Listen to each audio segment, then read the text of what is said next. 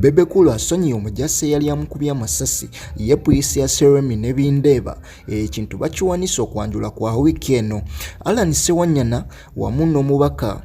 Segawa Muhammad bambi embeera sennungi twongere basabira. Ate ye Leilah Kayondo ne Segawa ekintu bakifudde official agono n'agasingawo genzize nago olwaleero wano ku NCTV UG. Nyongera okujjukiza gwe tannaba kuba ng'osubscribinga nkusaba ogende maaso obeere ng'osubscribinga ku channel yaffe eno otekeko akadde ate osobole okuba ng'omanyisibwa buli lwe mba ntaddeyo video empya. Gwe wagenze maaso n'okusubscribinga nsima bongerwa naye nkusaba ogende maaso likinge video eno okomentinge ate osharinge. Njatandika n'omuyimbi Bebe Kulu ono gye buvuddeko emabegakaawo yali akubiddwa amasasi omwami we mu kifaananyi naye yasobodde ovaayo n'amwetondera era Bebe Kulu n'agenda maaso n'okumusonyiwa era ng'omwami omujjaasi ng'amanyikiddwa nga Kapiteeni Namara bwe bitone ebiri okuvaako oludda eyo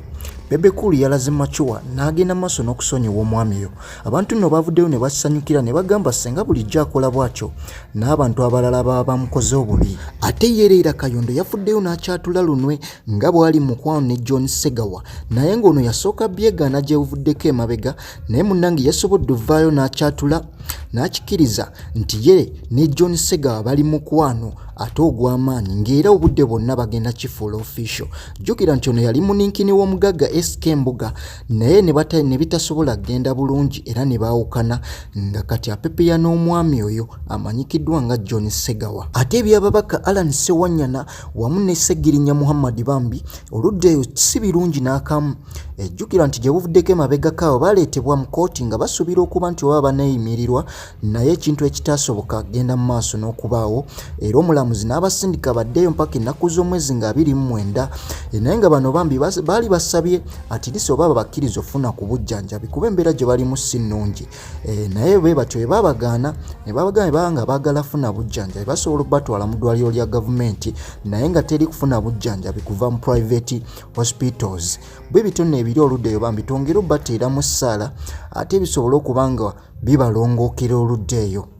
Naye ng'olwaleero gabadde mazaalibwa g'omwami oyo omwogezi wa poliisi amanyikiddwa nga Fred Enanga. Happy birthday Fred Enanga. Ate waliwo omukazi agenze maaso n'okukola ekikolwa ekitali kirungi akutte omwana wa mujjawe n'amusuula mu toyireti bambi era omwana oyo tasobodde kubanga awona naye agaveeyo gagamba nti bagenze omwekebejja ng'omukazi oyo aliko ekikyamu ku bwongo. Ate akabenje kakedde okugwa wali ekasubi ambulensi y'omubaka w'e Rubaga North amanyikiddwa nga Kawali Abubeka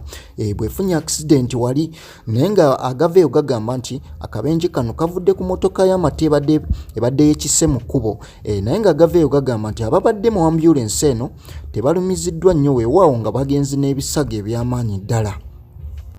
Ate Minisita Robinah Nabbanja asekeredde abasomesa b'amasomo ga arts abagambe katandika butandisi tebinnaba kuba gavumenti terina ssente zegenda bongeza ssaawa zino. Bano nno abawadde amagezi okudda ku mirimu gyabwe mbagirawo. Abagambe muba mwagala bongeza ssente mulinde tusooke twongeze bannammwe ab'amasomo ga ssayansi awo nno tuzzeeko poliisi oba oliawo nammwe tunaabalowoozaako. Naye gavumenti ssaawa zino terina ssente zegenda bongeza kuba yakava mu COVID. Ate poliisi ya Remmie ne Bindeeba ekintu nno baagala kiwanikira ddala munnanga agaveeyo gagamba nti ababiri bano okwanjula kwabwe bakutegese wiiki eno ng'era kugenda beerayo ku Friday naye ng'okwanjula okwo kugenda beera private si buli omu nti agenda mala gazungirayo. Ne bw'obeera celeb superstar totagala obaba nga tebakuwadde kadi munnange sigale ewaka oli emiwogo gyo. Bano nno bwe batyo bwe bavuddeyo ne balangirira okwanjula kwabwe kugenda beerayo ku Friday eno. Omubaka Zaake avuddeyo n'ayogera ku nsonga z'ababaka Muhammad Segawa ne Sewanyana nindaba nkuteerako akatambi ate osobola okuba nga naawe obyewulirirako.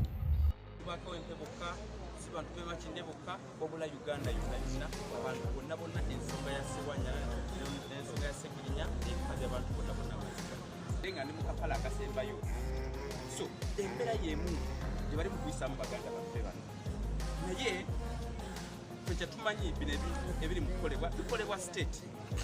okulaba nga batukuba endwadde baagala batukuba endwadde obwavu n'okulaba nga batujjako eddembe lyaffe. Naye nze kyenjagala okwogera kiri kimu titulina essuubi limu lyokka ate nga ttono liri mu kkooti eno gye tuli mu lwaleero. court of appeal era ng'okusaba kwaffe nga bannayuganda bonna okutwalizamu kuno si kusaba kwange nga zake si kusaba kwa kibiina kyange kyenjagala ennyo kyokka ekya NUP wabula bannayuganda bonna okutwaliza wamu nga tusaba court of appeal okusuubi lyetuwadde erya 29 wiiki ejja baganda baffe bateebwe babeere nga bafuna obujjanjabi obusukka wano waffe Uganda kuba bo munnange bwe balwala bangwa mangu nnyo okubatwala ebweru ne bagenda ebweru nga tebalina kuwuna muntu yenna yenna we basabe tebetagana kujja na mu kkooti naye bano abaffe olw'okuba ffe tukyalenjinga obukulembeze bwa Mami Museveni bo baagala batukumire mu mbeera eyo paka we banalaba ng'omuntu akutuse ng'afudde ekyo tukwenda kukikkiriza tusaba kkooti eno n'abalamuzi bano essuubi lyaffe lyokalyoka welisigalidde nga ggwanga lyonna libeegayirira nga 29 olw'okusatu obujja baganda baffe bateebwe bafune obujjanjabi kubanga tukirabye siteeteegeza kukubuzaabuza tebalina bujulizi bonna ku bintu bino baganda baffe basigale ebweru bano bamemba ba paalamenti tebalina gye bagenda kudda ne munayongera okugenda mu maaso nga mukola ebintu bwe biti baganda baffe bagenda kufa eggwanga lyaffe ligenda kuggwamu amaanyi kuba amaanyi gabawedde mudda bakole ebintu ebitasaanye tutwagala gettinga mu bob justice twetaaga justice owadda tutaaga obwenkanya owadda twagala kutwalira mateeka mu ngalo twagala tubeere nga tukola ebintu ebituufu baganda baffe bateebwe bajjanjabibwe nga tukisaba mu kkooti eno appeal kuba ye kkooti esembayo gwe mukisa gwokka gwe tusigaza nga 29 ku lwokusatu tusaba abalamuzi bonna nga bansatule bwe batudde tubasaba kyessuubi lyaffe lisigaddemu mmwe mwekka ate nga nalyo ttono nnyo naye tusaba likozesebwe abantu baffe bateebwe ekitali ekyo bannayuganda mubasuubire ate okulaba nga okugumiikiriza babuba babuggwawo ate nga tetwagala tutuuke ku leve eyo naye message gempa abali mu kkomera era njogedde naye funye omukisa nenjogerako ne honorable Segirinya ne honorable Sewanyana ku simu era message gembawadde badde bweti bagume bannayuganda babalimu bannayuganda bonna bafiiringa kye mufiiringa muli eyo muwulira bubi nnyonyo ne naffe abali eno nga bannayuganda ffe ffenna naffe tuwulira bubi nnyonyo ku nsonga yammwe era mbakakasa nti nga ku lwokusatu nga 29 court of appeal constitutional court eno gyessuubi lyaffe lyokkalyoka wezisigalidde namwe lyessuubi lyammwe mubeera libeera wadde ttono nnyo tukimanyi court system ya Uganda yaffe naye tukimanyi nti waliwo ekisobola okukyukawo mubeere n'essuubi temuggwamu ssuubi kuba kyekyokka kyo kitusigazza being hopeful is the only thing we are left with so tusaba okulaba nga ekyo tukikipinga nga tusigala nakyo naye musigale nakyo tetuggwamu ssuubi kuba boggwamu essuubi oba ofuusa hopeless mbasaba baganda baffe muleme kufuuka hopeless mube n'essuubi mujja kufuna obujjanjabi nga muvudde awantu awo ate nga wiiki ejja mugenda kuba nga mufuna ensala ya kkooti eno essuubi lyaffe lyokkalyoka aweliri ate nga tujja kukituukako bwe bityo n'ebyo badde oludde eyo NCTV ugikwoli gwe omupya nkusaba ogende mu maaso obeere ng'osubscribinga ku channel yaffe eno oteekeko akaddaako ate osobola okuba ng'omanyisibwa buli wemba ntaddeyo vidiyo empya genda mu maaso olikinge okomentinge ate osharinge ye omuyimbi amanyikiddwa nga Alan Hendrix ng'ono nno mutabani w'omuyimbi Bebe Cool yavuddeyo n'akolera King Saha oluyimba olumudiisinga oluvannyuma lwa King Saha ofulumya oluyimba lwe yatuuma Zaakayo nga kigambibwa nti oluyimba luno yali aluyimbidde Bebe Cool wabula Alan Hendrix yavuddeyo n'ayingira mu ntalo za King Saha ne Bebe Cool oluyimba naye n'asobola oba nga yakoze oluyimba lwe yatumye Matayo ngenda bankuteerako akatambi ako ate naawe osobola okuba nga omwewulirirako Alan Hendrix ng'ayogera ku nsonga ezo abula nga sinakuteerako katambi nja kusaba ogende mu maaso subscribinge olikinge okomentinge ate osharinge nja kusaba Mukama Katonda abankuumire tuddemu tusisinkane nate mu vidiyo enaabezeeko kankulekereko Alan Hendrix ng'akunnyonnyola ku nsonga ezo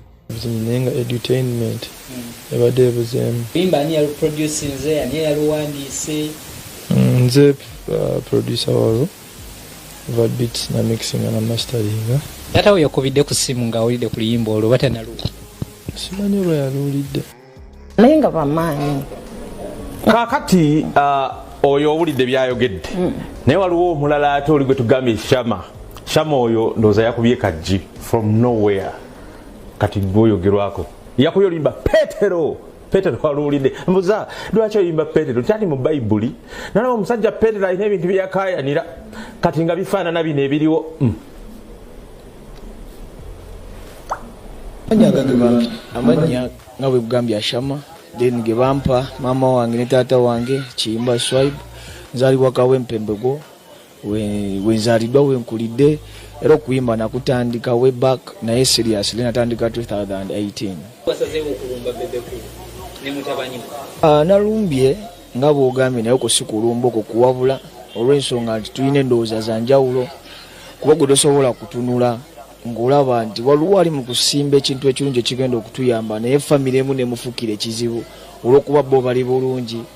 bafuna buli kimu kati ffe abatalina kye tufuna nga tulina kuba nti tulwanira wamu n'omuntu oyo okulaba nti tutuuse omulimu gwaffe eri gavumenti esobole okutujjukira tuwe ministry batulowoozeeko copyright lege tufune kasente naye n'olengera omuntu olw'okuba nti ye embeera nnungi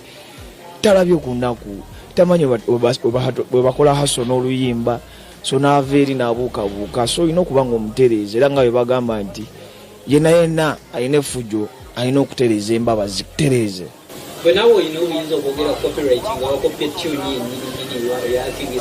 Bw'olengera omuntu ng'ayonoona tolina muleka ate ayonoone kuba nze bw'owuliriza ennyo tekwabadde kwonoona kwabadde kulawula ate bw'owuliriza ennyo just style yemu naye mulimu ebyawukana bingi nnyo muganda wange.